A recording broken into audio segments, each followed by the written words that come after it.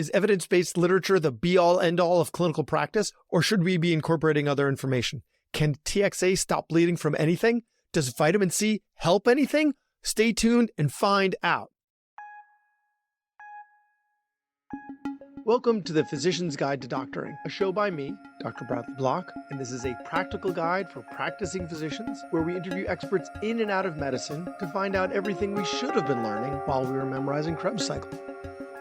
We talk a lot about side gigs on this show, so if your side gig or even your main gig is a medical technology product that you want to pitch, or you're even in the early stages of product development, you could benefit from consulting with Charm Economics. They use government data, peer-reviewed journals, and trade literature to support and enhance your business model at all stages. Whether in early stage pitch deck creation, return on investment modeling, or peer-reviewed article production, they can help. See how Charm Economics can transform your business development today, so you can focus on building your product, growing your network, and implementing your vision. Check them out at charmeconomics.com. Dr. Ken Milne, thanks so much for being on the podcast. Hey, I'm happy to be here. Thanks for inviting me. So I am a huge fan of your podcast. So, that's why your audio and video are so good, right? You are a veteran podcaster. You have like 400 episodes of the SGEM podcast, the Skeptic's Guide to Emergency Medicine, which I love it. I love skeptics, not skeptics that are like, oh, I think I'm bucking the trend and I know better than everybody. But people are like, what does the evidence really say? Critical appraisals, as you put it. So, I really, really love what you're doing there. Well, thank you for the kind words. I like being nerdy. And there's even a segment to your podcast, Talk Nerdy to Me. Oh, I love talking nerdy. And actually, that's one of the things I love about the podcast. I don't know how you come up with a musical reference in every single title. Every single one. I have a problem. I'm stuck in the 80s. Now, sometimes I do drift off into other decades, but primarily I'm just stuck in the 80s. You're currently a staff physician at Strathroy Middlesex General Hospital in Ontario, Canada, if you couldn't tell by the accent, and you're an associate professor there in the Department of Emergency Medicine and Family Medicine at the medical school there. You somehow also find the time to podcast. And in the podcast, you are appraising data. So you're doing literature reviews. I like to stay up on the literature, and this is one way I can stay up on the literature, but also share that knowledge with a wider audience, using that philosophy of free open access to medical education, where we share our intellectual capital and hopefully the nerdiness with the world. And I'm not one of those skeptics that is a denialist or a nihilist. I like to think of myself as a positive skeptic, and I'm certainly not trying to tell people how to practice medicine. That's not what I do. I want to teach them how to think about what they're reading and how to incorporate what they're reading into their practice. Whether they should or shouldn't be is up to them. Yeah. Doing what we've always done is the worst reason to do everything. So can you find data that tells you that you've been doing the right thing, or you should be doing things a little differently? We should be lifelong learners, right?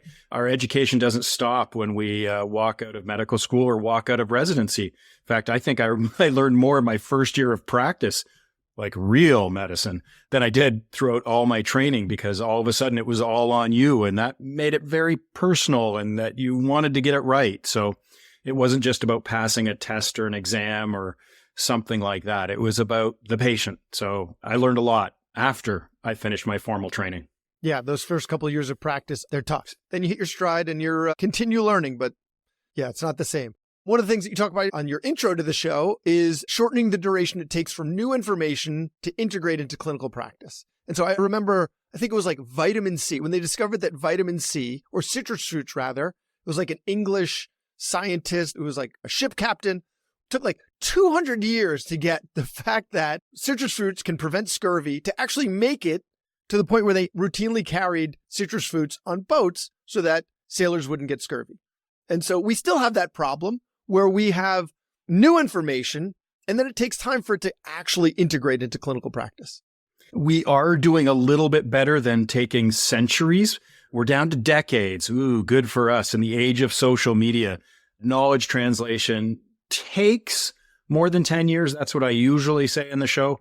There's a really famous paper that came out, 12 years ago. So we're almost there, because it said, how long does it take high quality, clinically relevant information to reach the patient's bedside? That was the question in the paper. And the answer was 17 years. Now, it wasn't for 100% of the information. That was only for 14% of the information to reach the patient's bedside. I don't know how long you've been out of practice, but if you've been out of practice for 17 years, you're now starting to incorporate that 14% perhaps that you were taught 17 years ago. Oh, big ugh. Yeah, big ugh. Okay, when you're evaluating the studies on your show, that's how the show goes, right? There's like a clinical question and you evaluate a paper to determine its validity and whether we should be using this paper to change how we manage patients, right? And so you have a checklist that you go to where you evaluate the validity of each study. So let's just go through what's on the checklist. Sure, yeah. I'm happy to go through the checklist. What we're trying to do, though, is to shorten that knowledge translation window down from over 10 years to less than 1 year using the power of social media. Just to get to your question, though, we do start each week on a Friday where I tease the audience with the PubMed reference, and then I challenge the audience to come up with the 80s song that I'll try to sing. And just because I can't sing doesn't mean I won't sing. And so that's how really the show starts. But then we do a critical appraisal of a recent publication. And we set the table by giving them a clinical case so we can get our head around it. We do a little background information, but it's not a systematic review. It's just setting the table. And then boom, we get the question, and then we have the paper. And we want to go through a critical checklist to say, probe that paper for its validity. And we've customized it to emergency medicine, but it was adopted from Oxford, from the Center for Evidence-Based Medicine, and their checklists. The first question of a randomized control trial is, are these the patients that you treat? So, you could be an internal medicine, OB-GYN, you could be a general surgeon, orthopedic surgeon. The first question is, hey, are these the patients that I see and treat? Is this a relevant cohort? And then it goes on from there. Now, it has my second favorite number of questions. My first and favorite number is 5. I love the number 5. I don't know why. I can count to it on one hand, but my second favorite number is 11 because this checklist goes to 11. When you just need one more question to push it over the top. Oh, we've got that covered. It goes to 11. Yeah, and so we just go through that. Yes. And I got the Spinal Tap reference. Thank you. Yeah. And the answers can be yes. Yes, these are the patients. Yes, they were properly randomized. Yes, the randomization process was blinded. Yes, all the participants were blinded. Did they analyze the groups into which they were randomized? I don't want to get into the weeds of the checklist, but we just go through this checklist and the answers are yes, no, and I don't know. I'm unsure. I can't tell from the data that was provided in the paper. And boy, you do this over and over again. Like you said, I've done like 400 plus episodes now. You do this over and over again. You can pick up a paper and get pretty quick about going, oh, is this past the old sniff test? But is the evidence only available in the literature, right? If you're practicing evidence-based medicine, does everything you need to do be based on, you've got to be able to, cite the study where it influenced your decision-making? No. And let's do some dogma lysis here. No, the answer is no. Dogma lysis here. David Sackett set up this whole concept, this modern revolution, because, people have been doing evidence-based medicine for a long time, but he had this modern sort of renaissance of it in the early 90s. And he said that evidence-based medicine isn't just about the literature. It's one of the 3 pillars. The literature, it should guide our care. It should inform our care, but it shouldn't dictate our care. And the other 2 pillars are super important. You're a clinician. If you're a clinician and you've got clinical experience, you're bringing something to the table. That's an important pillar, and we don't want to dismiss that. Clinical judgment, clinical gestalt, and also because it's taking place in a context, what resources do you have? What's your patient population like? That kind of stuff. So clinical judgment is the second pillar. And then the third pillar is we are all unique, just like everyone else. And so every patient will have their own values and preferences. And I always say that the best way to figure out what a patient values and prefers, and I'm just spitballing here because, we don't have a script. We're just doing it. We're having a chat, you and me. Ask the patient. You'll be really impressed I think once you start doing that, say, hey, what would you like to do? Do some shared decision making.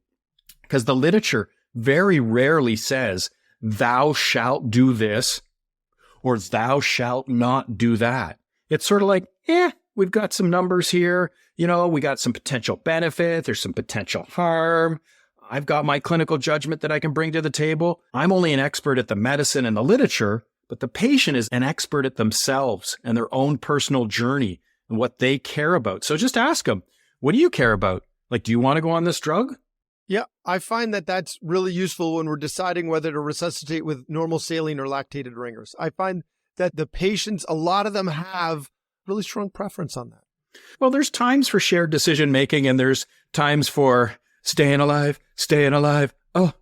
That's the CPR song, unless you're a nihilist and it's another one bites the dust, because we know what the real numbers are. Yeah, too dark.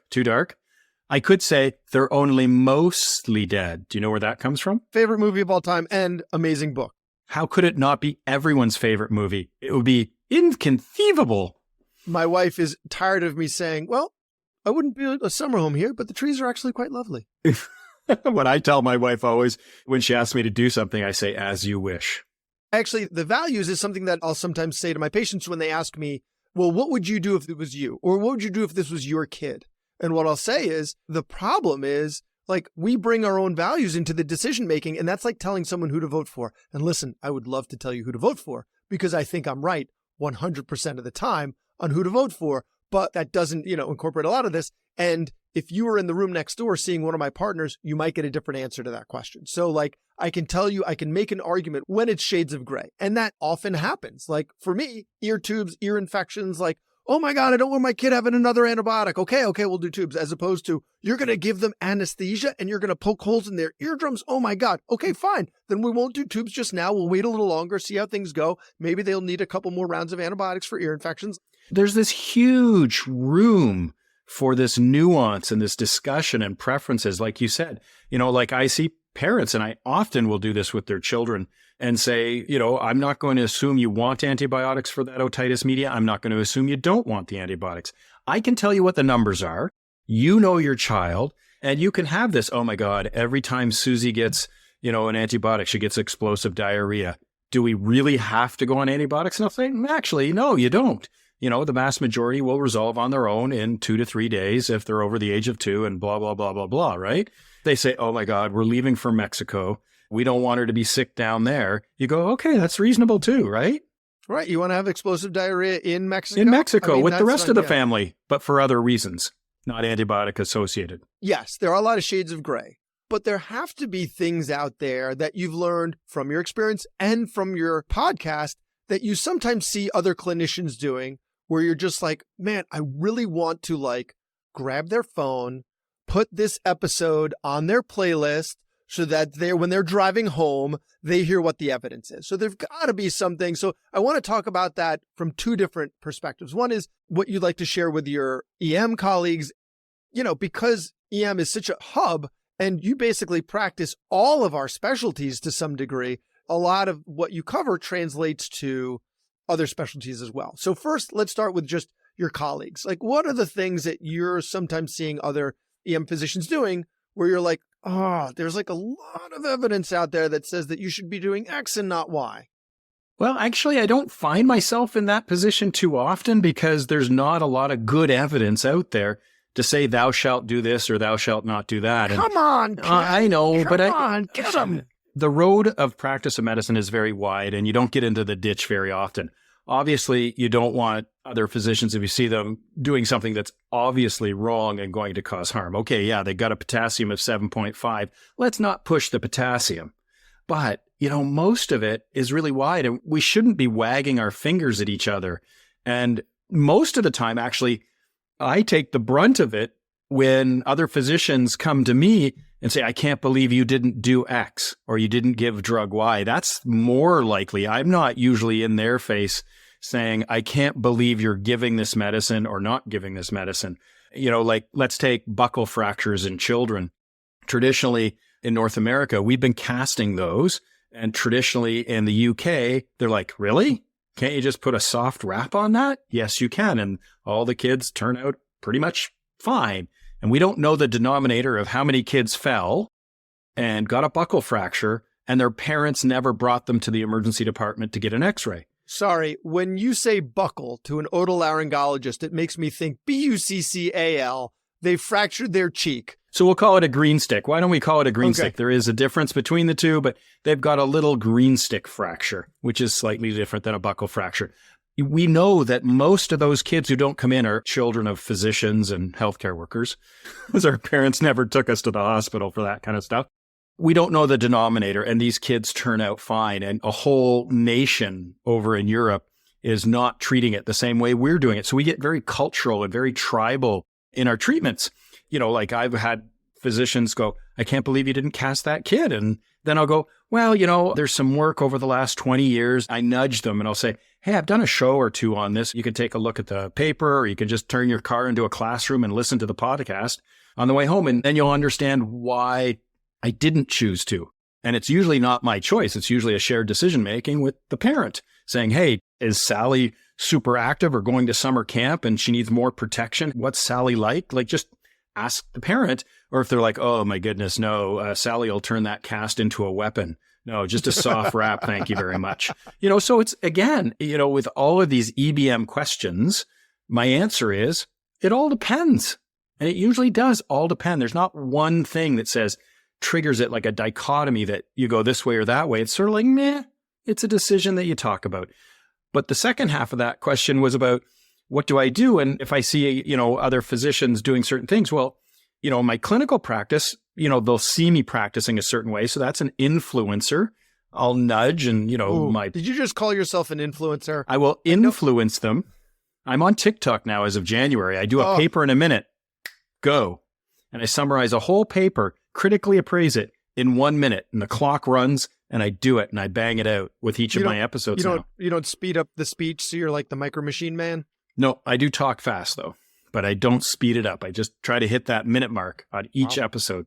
You know, physicians have big egos.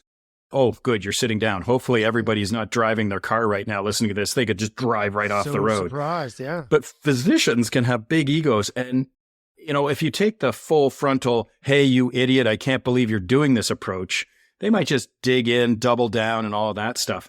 You know what? We're all on team patients. Psychological reactions. People, if you tell them what to do, are more likely, even if they were going to do that thing, now they're less likely to actually do it because you took away their autonomy and told them what to do.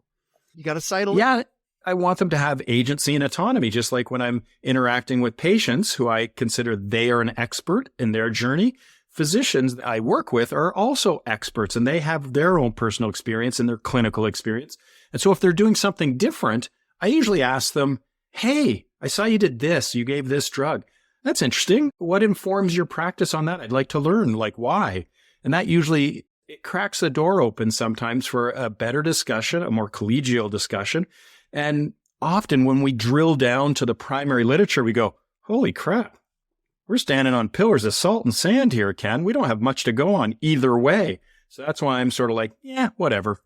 That was a show a long time ago with Natalie Martinek, who former microbiologist. And one of the things that she talked about was if you're going to be, because medicine is so hierarchical that if you see, like if you're a junior resident and you see the attending doing something, you're like, whoa, I don't think that's a good idea.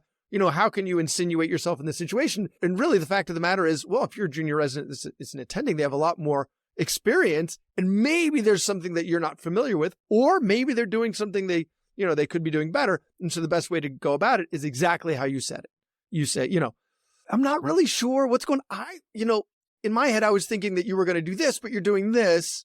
Help me, get to that same page as you. Help me understand. Yeah, help me understand. And I've seen other people do it differently. I wonder why that is. There's three words. A friend of mine, she runs a great website called Thinking is Power. And she says, be curious. So why are you doing that? What's informing your care? Be skeptical. Oh, okay. Well, that's interesting, but I'd like to know more. I'd like to have better evidence before I, just because Ken said so is the lowest form of evidence, right? That's expert opinion. That's the lowest form of evidence. And our patients deserve care based on the best evidence. Sometimes that's all we have is expert opinion, but be curious, be skeptical, and be humble. which is interesting because that's if there's a malpractice suit against us, expert opinion, which is the lowest form of evidence, is what's used. Like that's for how legal evidence. Yes, for legal evidence. Exactly. So, which is different than clinic. I practice medicine, yes. not law. So yes. Okay, so I want to dig into some. Oh, you want to push, don't you? That you've discovered through doing your podcast and reviewing the literature that maybe you've changed about your own practice. Sure. Probably in the last 10 years, the biggest thing that's had a big popular impact in emergency medicine is tranexamic acid, TXA. It is like the duct tape of emergency medicine. If you're bleeding, we're giving you TXA. And they've tried it for so many different things. You're an otolaryngologist. I mean, nosebleeds. That's, there's been tons. I just listened to that episode that you did on it. Yeah. That's what we just did an episode on that. Yeah. So great song, by the way, for that episode. It was being used for intracranial hemorrhage, isolated traumatic brain injuries, general trauma, postpartum hemorrhage, nosebleeds, GI bleeds. I mean, if you're bleeding, give it. What's the harm? Like came the up. Frank's Red Hot of bleeding. And it's just like, that I hear that a lot. What's the harm? And it's cheap. And what we should figure out first is, does it work? Then we can have the conversation of what's the harm, because if something's biologically active in the body, it has potential benefit. In other words, it's not going to help everybody, right? There's not a number needed to treat of one, right? And what's the potential harm? And it's not one for harming either. So where does that balance come out in the number needed to treat when you're doing something like giving a biological agent? And then once we've decided, okay, we've got something that's effective, it has a clinically important patient-oriented outcome, or what I like to call a POO. So it has a POO. It's all dad jokes and bathroom humor. So it has a POO. Now, does that POO, is it a net benefit? Because if you're killing more people than you're actually helping, that's not considered a win. And we can talk about that because there are some studies that try to spin it that way. And then how much does it cost? Can we afford it? Is it worth it? What's, if it costs pennies, that's one thing. But if it costs tens of thousands of dollars, and we're seeing that with the new Alzheimer's drugs that are being proposed and stuff like that, they've got surrogate markers, it decreases beta amyloid, but, it causes significant brain swelling and it costs tens of thousands of dollars a year. And does it have a patient-oriented outcome? Well, we think that if the beta amyloid is less, they'll be better, but we never tested, are they better with their Alzheimer's? So, first figure out if it works. Then you can start talking to me about what's the harm. And then you can start talking to me about, hey, how much does it cost? That bothers me about. So TXA. Are you using it in your clinical practice? Not routinely. I mean, it's so cheap right now. Yeah, exactly. not routinely. And my answer would be, it all depends. So if I have a polytrauma patient, the best evidence we have is from CRASH 2 that shows a 1.5% absolute mortality benefit. But for all these other conditions, let's pick something that you and I may not be experts at. You work above the clavicles. I've got a lot of breadth, but I don't have a lot of depth as an emergency physician, I always say. Let's pick postpartum hemorrhage, the wheelhouse of obstetricians and gynecologists, family physicians, and occasionally when women pull up in a taxi cab, crowning in the emergency department. That's when I deliver babies. So they get a postpartum hemorrhage. There was this huge trial called the Woman's Trial, 20,000 patients trying to answer the question, will TXA, tranexamic acid, if you have postpartum hemorrhage, does it have a patient-oriented outcome of benefit? And they had a composite outcome. So they made the target a little bit bigger. They said mortality, which is a very objective outcome. They can't be mostly dead, right? They're either dead or alive. It's very dichotomous. And then they had a more subjective outcome. Am I going to perform a hysterectomy? Right? And that's clinically, that's the clinician sort of, okay, what's going on? How much blood loss? What do the vitals look like? There's a lot of things that come into, am I going to do a hysterectomy? And when they did that study and they compared TXA to placebo, no significant difference between the two groups. Now, you pull those apart, all-cause mortality, TXA, all-cause mortality, placebo, no difference. Same thing with the hysterectomy. But if you looked at the number of women who had postpartum hemorrhage and mortality was due to bleeding, that was statistically less in TXA. How do we put that together? Now, that's a subgroup analysis, right? It wasn't the primary outcome. It was a subgroup of patients. So that means if the overall mortality is no different, the ones who died of bleeding was less. That means the other women must have died of something else, maybe harm from the TXA or something else, because we know that there was no difference in all-cause mortality. And I think that that's what patients are more concerned about. It's like, hey, good news. You didn't die from bleeding, but you're dead.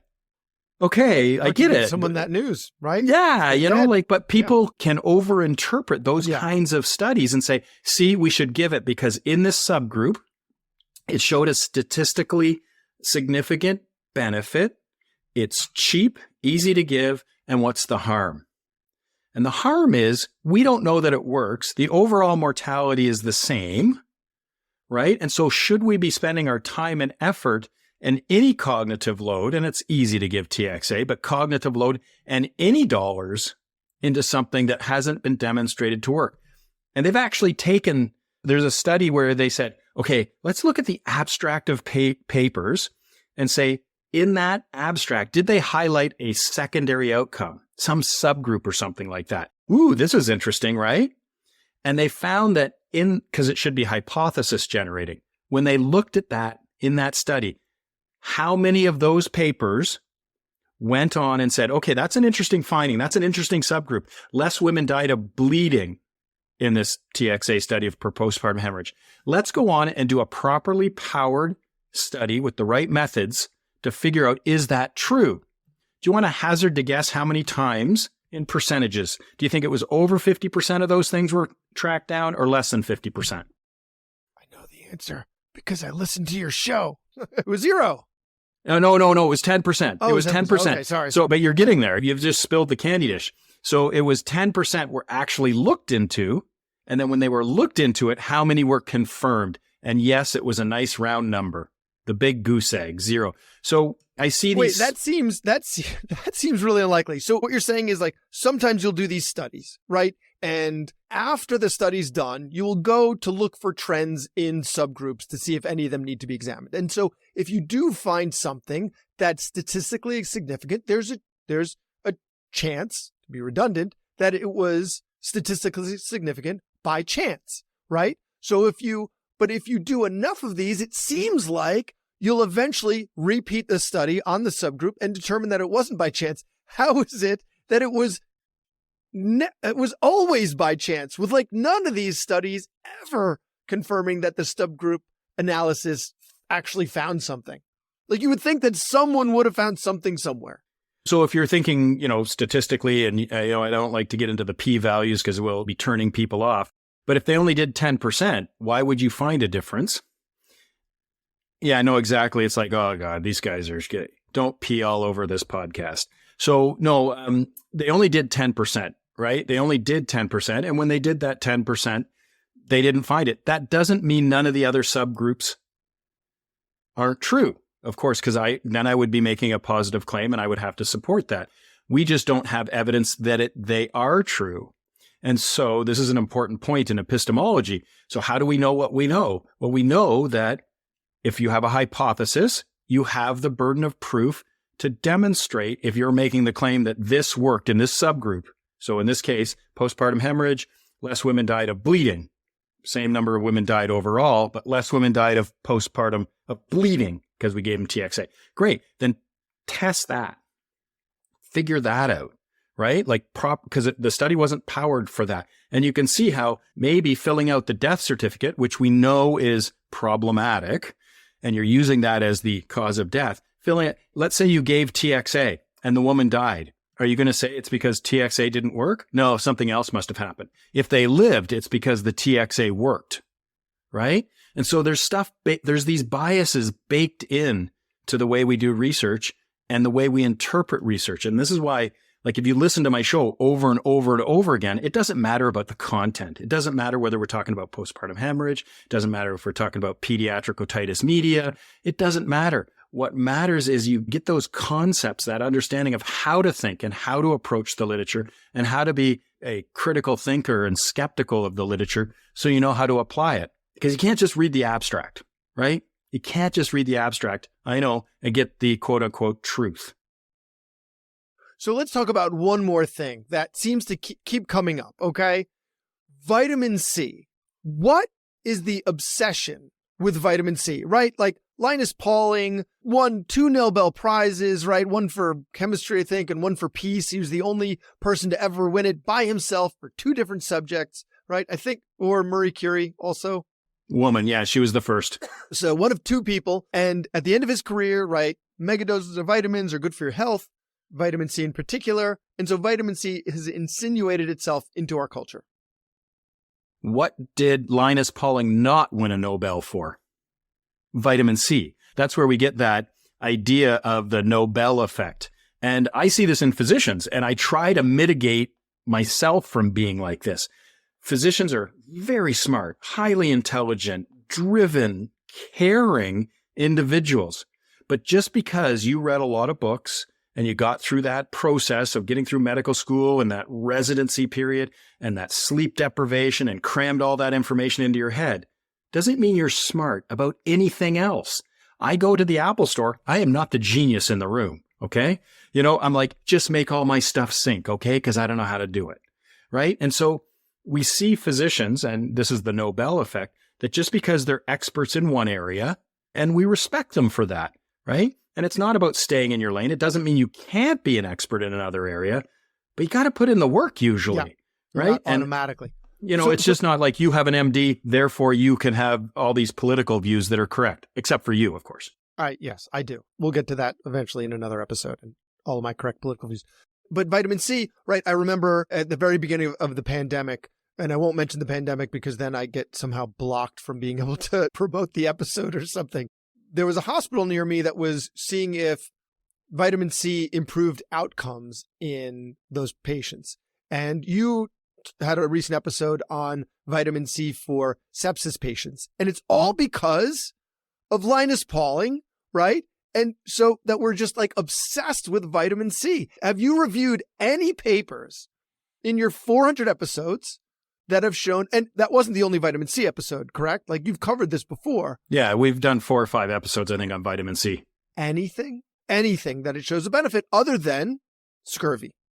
Yes. You ready for it? Let's hear it. Okay.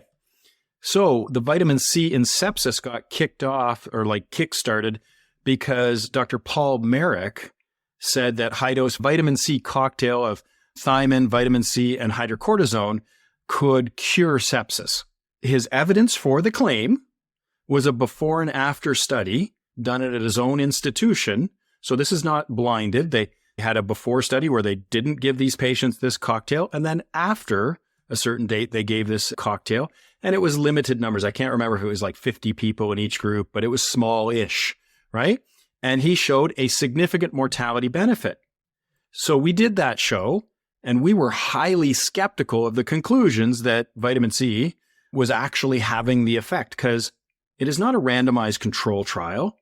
It is a before and after observational study. So you can say there is an association between vitamin C or this vitamin C cocktail and improved mortality in sepsis patients. And so you can say, well, that's interesting.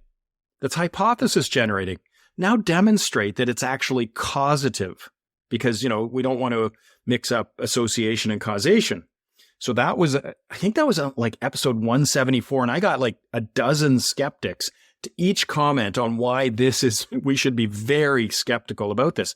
And then over the next 3 or 4 years, 3-4 studies that were properly designed randomized control trials came out and said, it's a nothing burger. Wait, I thought you were going to tell me about an episode in which vitamin C actually does something. That was Merrick's episode. That was his study. Okay. But just because you read it, there, but doesn't mean it's true. Okay. Yeah. Okay. Just because you read it, just because it was published, doesn't mean it's true. It means there is a study. It was peer reviewed, and that's what it means. But post-publication peer review is a fundamental aspect of science. Science needs to be falsifiable if you follow Karl Popper's philosophy. So part of, me, I've been doing research for 40 years. When you publish something, you put it out there. I want to be questioned. I want my information to be probed and tested for its validity. Where did I get it wrong? Where did I get it right? What's going on? Challenge me. Ask questions. That's how we improve iteratively in science. In everything. I mean, this is what I'm working on with my kids right now. I've got 3 little kids. They're super competitive. They hate losing. But listen, if you don't lose, you're not going to get better. Losing is where you get better. Finding out what you did wrong is then going to help you do it even better next time. And isn't that the goal? Is the goal to be able to just have people clap you on the back and tell you how amazing you are? I mean, yes, kind of, right? That would be nice if it happened a little more often. When I'm teaching residents, I'm talking about we learn at the edges of our comfort zone, right? And there's a whole bunch of stuff I'm not sure about and I'm unsure about. And that drives me to want to know about that. So I want to know, what is the quote unquote truth? What is the best point estimate of an observed effect size? Does it work?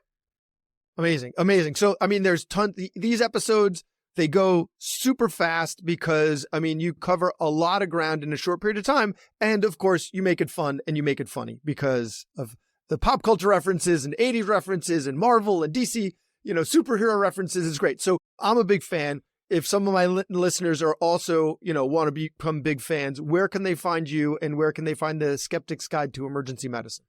If you want to follow me on Twitter, it's the SGEM.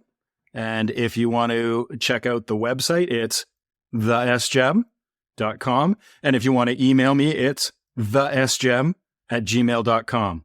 So it's THE. So I couldn't use just SGEM because I think that's the Society of Gemology or something like that. So it had to be the SGEM. It's sort of like how originally it was the Facebook and then it just become Facebook. Mine is still the SGEM. And at the end of every episode, if you listen, at the end of every episode, there's a trivia contest for the keeners out there, the gunners in the United States, but keeners, gunners in the United States, but keeners in Canada. And so America, we have to make everything about guns, right? America. So if you answer the question correctly first, I will mail anywhere in the world, and these prizes have gone around the globe, a cool skeptical prize. And people always ask me, Ken, what is the cool skeptical prize? And my answer is, you got to play to win, and you got to win to find out. Amazing. Well, this is the Brad and the Ken from the SGEM and the Physician's Guide to Doctoring, logging off. Thanks for listening to the Physician's Guide to Doctoring. Be sure to subscribe and leave us a positive review on your favorite podcast player. I'm also available for medical legal consulting and keynote speaking if you're interested, or to just give us some feedback on the show, email me at brad@physiciansguidetodoctoring.com. I'll see you next week. The ideas expressed in this podcast are those of the interviewer and interviewee and do not represent those of their respective employers.